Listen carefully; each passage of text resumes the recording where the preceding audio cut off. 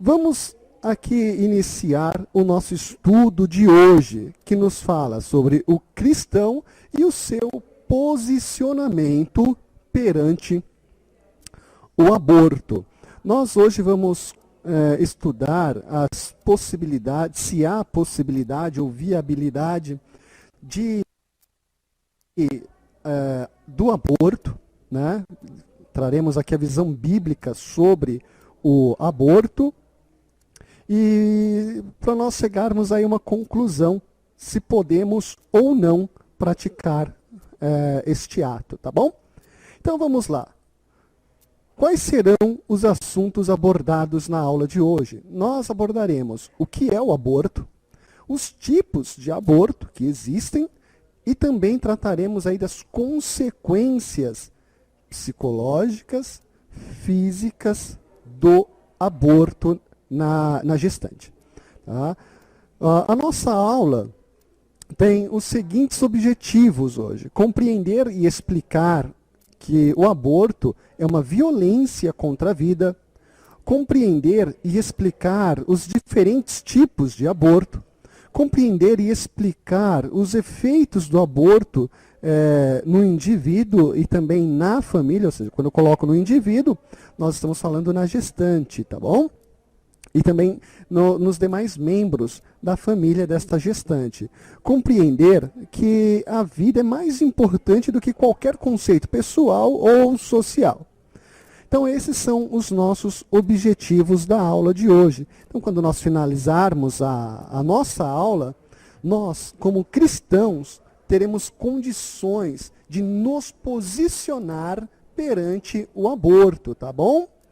Espero que todos gostem da aula de hoje.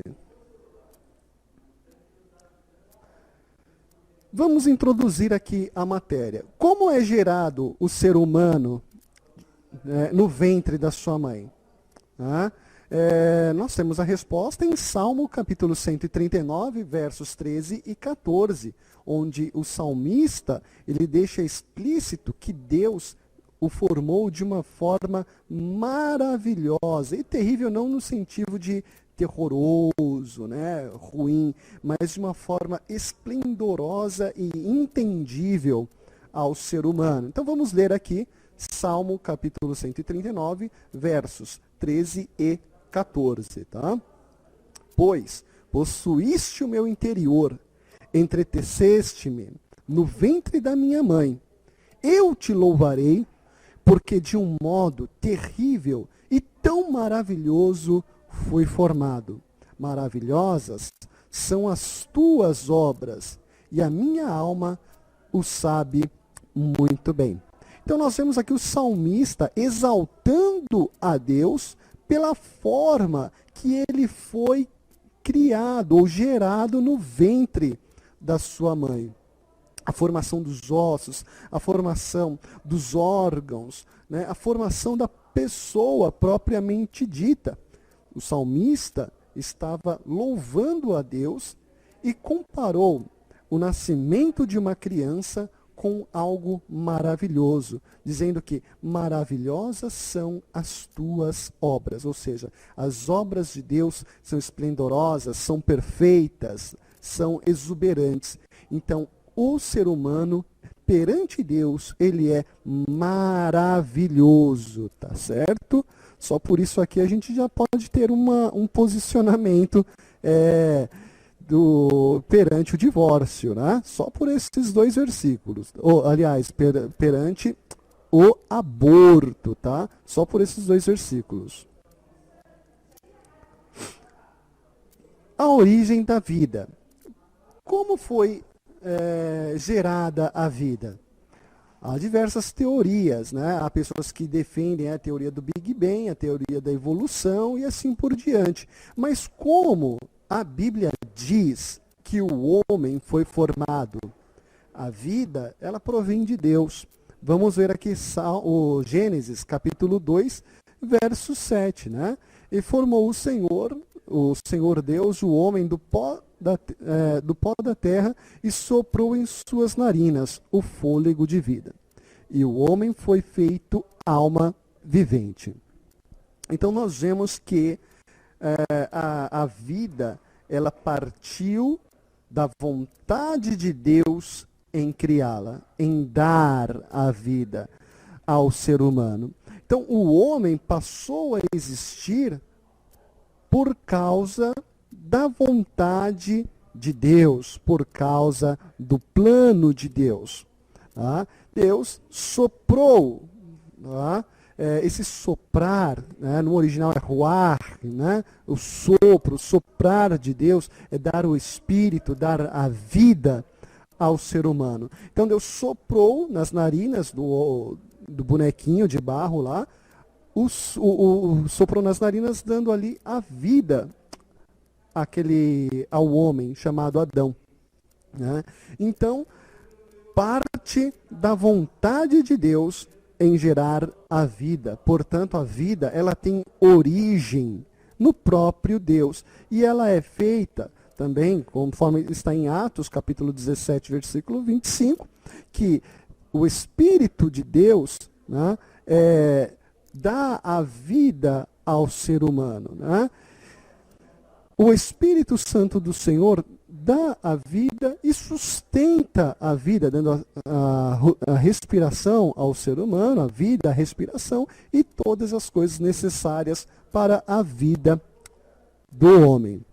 Então, concluímos que a vida, ela não tem origem na evolução, a vida, ela não tem origem no Big Bang, a vida, ela tem origem no próprio Deus, que concedeu esta vida ao ser humano. Então, o aborto é um atentado contra o propósito de Deus, o propósito divino para o ser humano. Tá?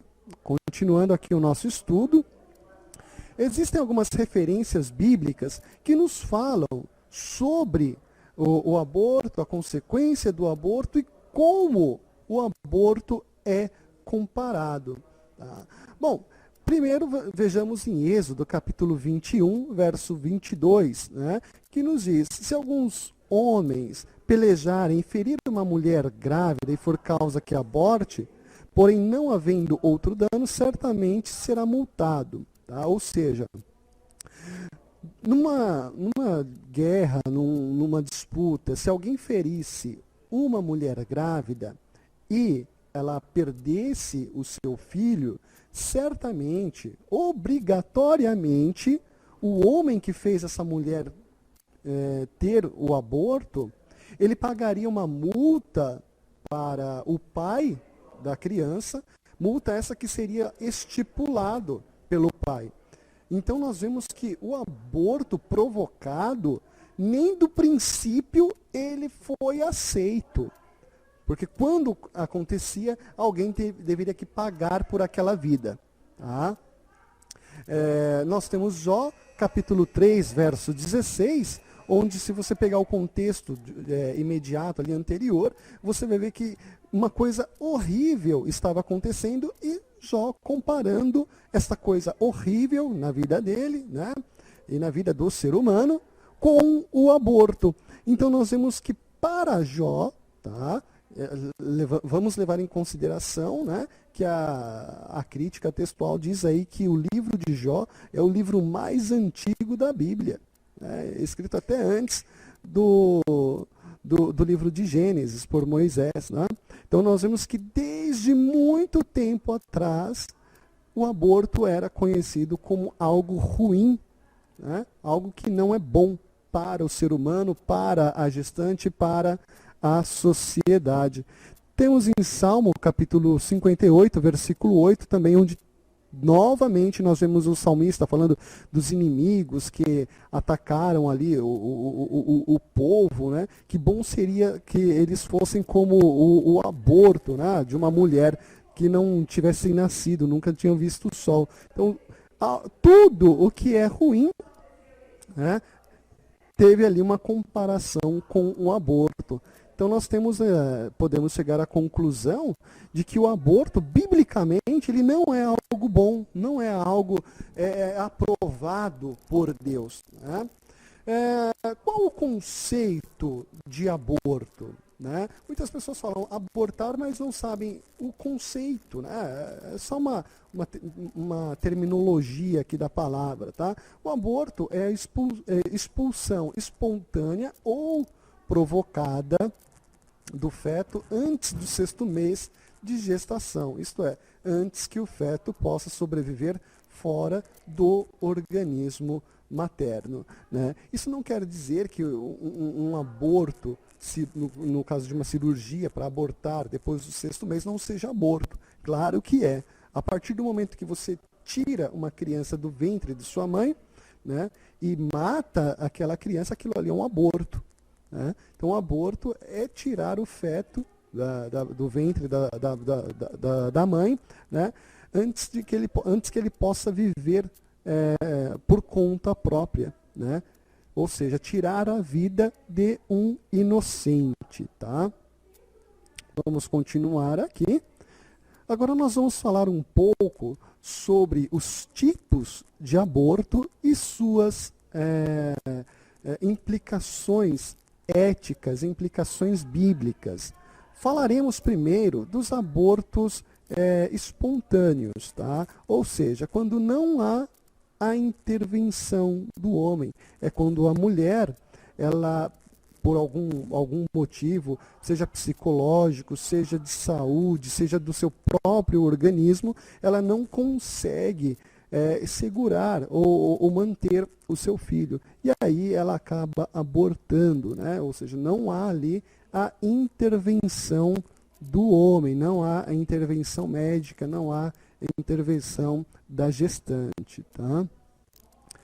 Então nós também temos como dentro ali dos abortos espontâneos, né, o aborto natural, que é exatamente isso, né?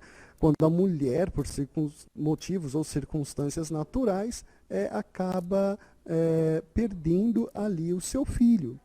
Nós vemos que não é da vontade da mãe, não é da vontade do pai, não é da vontade do médico que venha ocorrer ali o aborto.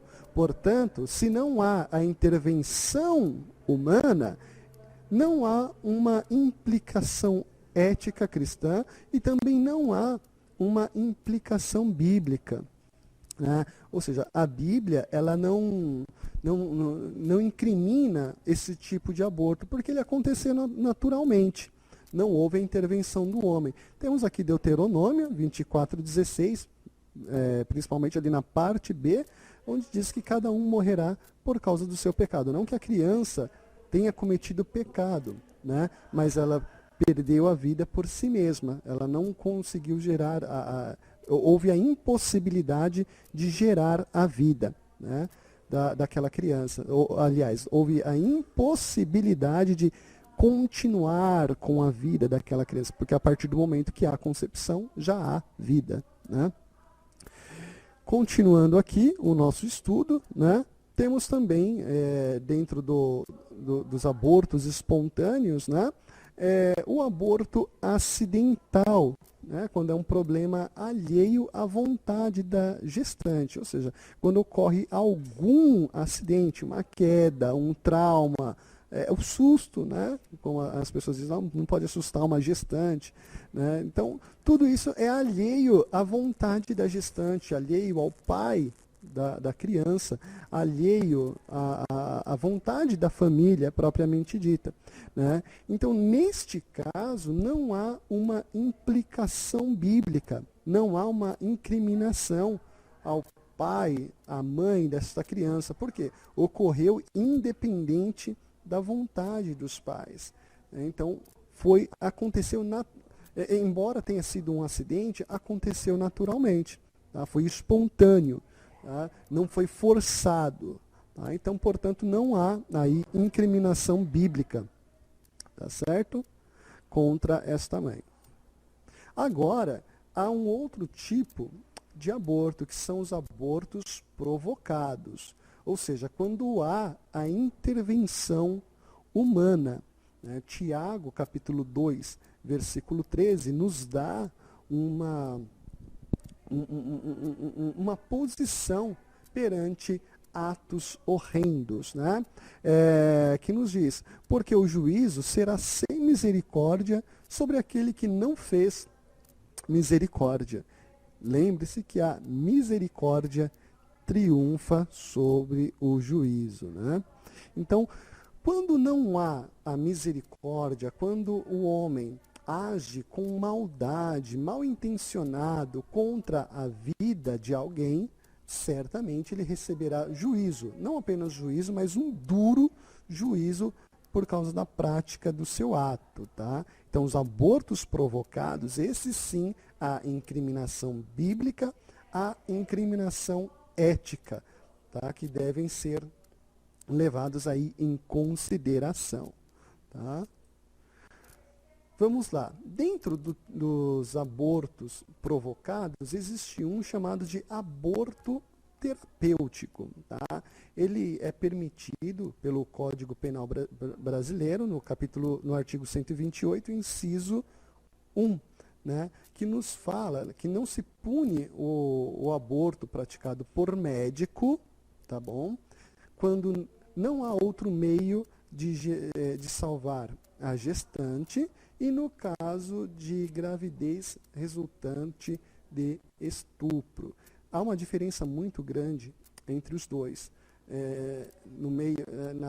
Quando não há uma forma, não há outra forma de cuidar, de preservar a vida da gestante e um aborto praticado depois de quando a mulher ela engravida depois de um estupro. Mas em ambos os casos, o aborto ele tem que ser praticado por um médico devidamente registrado no CRM, né, um obstetra.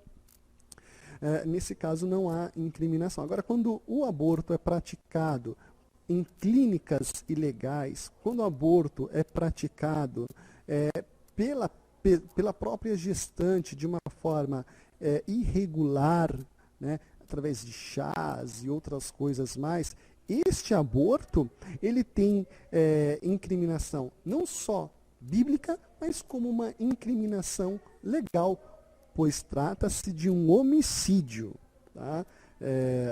A gestante pode até falar, quem manda no corpo sou eu, mas na verdade não, quem manda no corpo a partir do momento em que há a concepção da criança, né, é a criança, não é mais a mãe.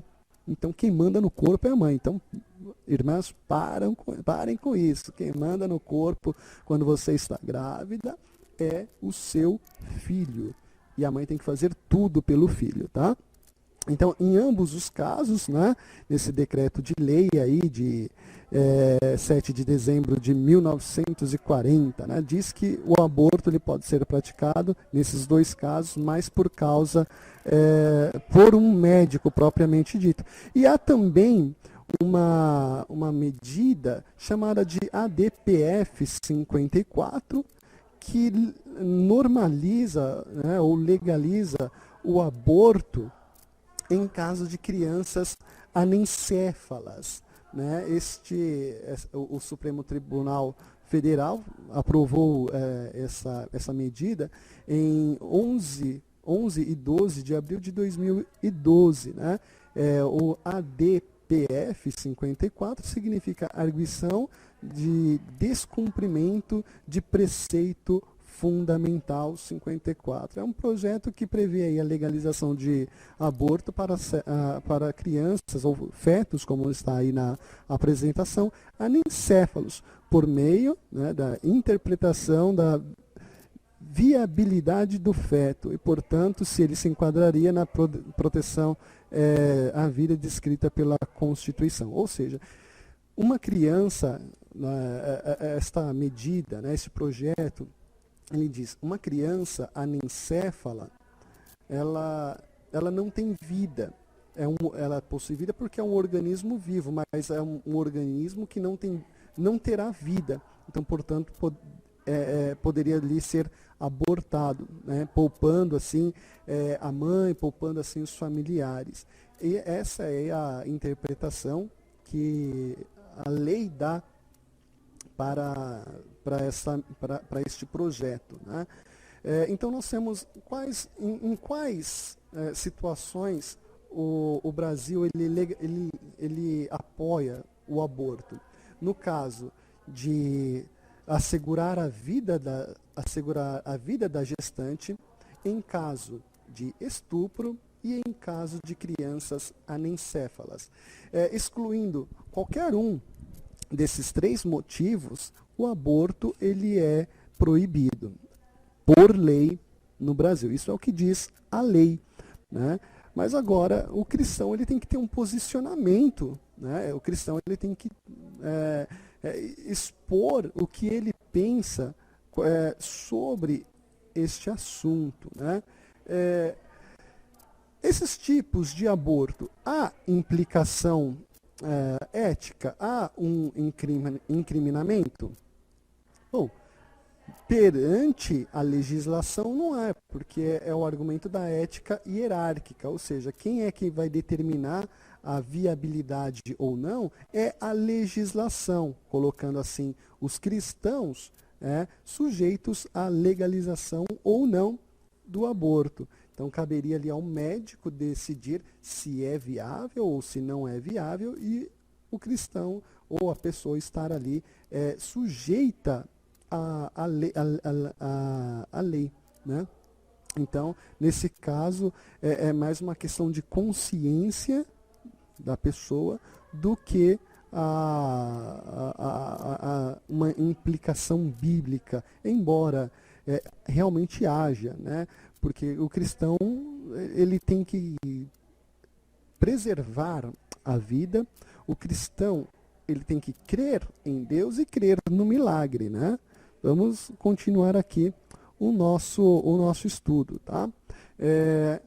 Também há o aborto por razões eugênicas, ou seja, para evitar o nascimento de crianças deformadas ou com algum retardo mental. Há pessoas que defendem este tipo de aborto, ou seja, para não em casos de crianças que vai ter alguma deformidade física, em caso de crianças que vai ter algum retardo mental, né, ou algum outro tipo de problema psicológico, tá? Então, as pessoas aí defendem esse tipo de aborto, para que não venha gerar constrangimentos ou trabalho desnecessário aos pais. Existe uma implicação ética? Claro, porque todo ser humano tem direito à vida, independente da circunstância, né? Independente como essa criança está sendo gerada, essa criança ela tem o direito de viver. A partir do momento que nós interferimos na vida de alguém, estamos nos colocando no lugar de Deus. E olha só o que diz em Êxodo, capítulo 23, versículo 7, né?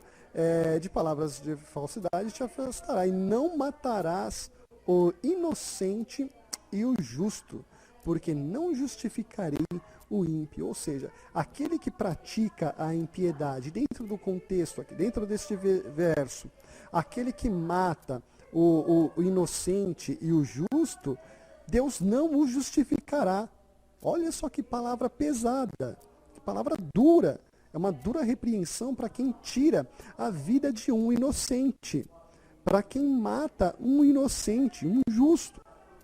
Tá? Então Deus ele é duro contra essas pessoas que praticam esse crime contra a vida de alguém.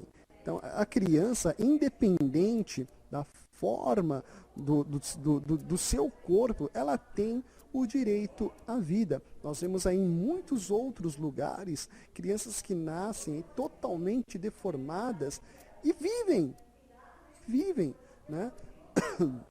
Como se fosse uma criança normal, né? Toda criança tem o direito à vida e nós não podemos aí interferir na vida, apenas Deus é quem pode, né? Também aqui há o aborto por motivo de gravidez forçada, como no caso de estupro, né? Quando havia não só o estupro, mas também o incesto, que é a relação sexual entre membros da família, né? No caso de pai que engravida as filhas, né? Nos noticiários aí nós vemos corriqueiramente pais que abusam das filhas por décadas, né? Essas meninas acabam engravidando, né? E não tem quem as defendem desta violência. Então, neste caso, o aborto ali, ele é permitido, né? Artigo 128, inciso 2. Mas há uma implicação ética? Há uma implicação ética. Né? O princípio da vida tem que ser defendido. Independente da circunstância que essa criança foi gerada, a criança ela tem o direito à vida, ela deve viver, né? Deve viver por si mesma. E o que nós temos que ter em mente, aliás, o que nós devemos nos conscientizar, esta eu acredito que seja a palavra correta, né, de que a criança ela não tem culpa do que aconteceu. A criança ela não pode ser vista pela mãe, pelo pai, como uma maldição, como algo que o fará lembrar de um passado tenebroso, de um passado horrível. Não, muito pelo contrário. Aquela criança, tá, ela tem que ser tratada bem, tem que ser tratada com dignidade, tem que ser tratada com respeito. Lembra da nossa aula anterior, o Estatuto da Criança e do Adolescente? Exatamente, nós temos que considerar esta criança como uma dádiva de Deus. Eu sei que é difícil, tá? Para a mãe, principalmente porque foi gerado por um estupro, uma violência, mas devemos lembrar que a vida é um dom de Deus e devemos ter em mente que a vida ela tem que ser defendida. Devemos preservar a vida e devemos ter a consciência de que quem nos faz, né, a desejar ali o aborto desta criança, em primeiro lugar, é o pecado que em nós habita. Em segundo lugar, é o inimigo que em nossa mente quer atuar, e a sociedade que quer nos obrigar a praticar um atentado contra a vida. Então, tudo isso deve ser levado em consideração, né? Devemos ter a consciência de que a vida ela tem que ser defendida independente da circunstância, tá certo? Vamos continuar aqui o nosso estudo, né? Então, nós só podemos concluir que o aborto ele é um ato de violência, não só contra a criança, como nós já falamos, mas também um ato de violência contra o corpo da gestante. Por que contra o corpo da gestante? Porque traz várias complicações, né? Várias complicações morais, psicológicas e biológicas contra esta mãe, né? Então, o aborto é uma violência contra o corpo, uma violência que não pode ocorrer, uma violência que o cristão ele tem obrigação de combater, uma violência que o cristão ele tem a obrigação de levantar a bandeira e dizer eu sou contra. Tá? Continuando aqui o nosso estudo, vamos agora abordar as consequências do aborto. A primeira coisa que nós temos aqui é que o aborto, quando cirúrgico, tá, é uma operação de risco com grandes danos físicos, perfuração do útero, hemorragia, lesões cervicais, infecções pós-aborto e assim por diante. É um ato agressivo contra uma parte muito sensível da mulher, né? E isso aí pode gerar uma consequência muito grande. E muitas vezes até impede a geração de uma nova criança no futuro. Então, deve ser levado em consideração. O aborto ainda traz várias consequências psicológicas na gestante, como depressão, e algumas tão sérias que são acompanhadas com pensamentos de morte. Por quê? Porque quando uma mãe tira uma vida, ela está indo contra a sua natureza. Por quê? Qual que é a natureza da mãe? É gerar filhos, é criar filhos e não matar filhos. Então, o aborto ele pode vir acompanhado aí de depressão, né? Pensamentos de morte, e o que causa na mulher ali uma incapacidade de continuar, de pensar, de se relacionar também, né? Também aumenta ali a possibilidade de, no futuro, as crianças nascerem prematuras, a mãe ter abortos espontâneos e morte do feto propriamente dito, ou seja, o feto morre dentro do útero da mãe. Então, o aborto ele é um crime, ele é uma violência contra a criança e contra a mãe. Vamos concluir aqui o nosso estudo. Então, concluímos que, em primeiro lugar, o embrião ele já é uma pessoa. Pode não ser completo, mas ele está em formação. É uma pessoa que está em formação e, portanto, o aborto provocado é um crime contra a vida de um inocente, né? Contra um indefeso. Então, o cristão ele tem que ser contra o aborto. Qual é a exceção, né? Para nós, cristãos, é apenas quando corre risco da mãe não sobreviver, né? Mas mesmo assim, como cristão, nós temos que crer, acreditar no milagre, porque Deus é Deus de milagre.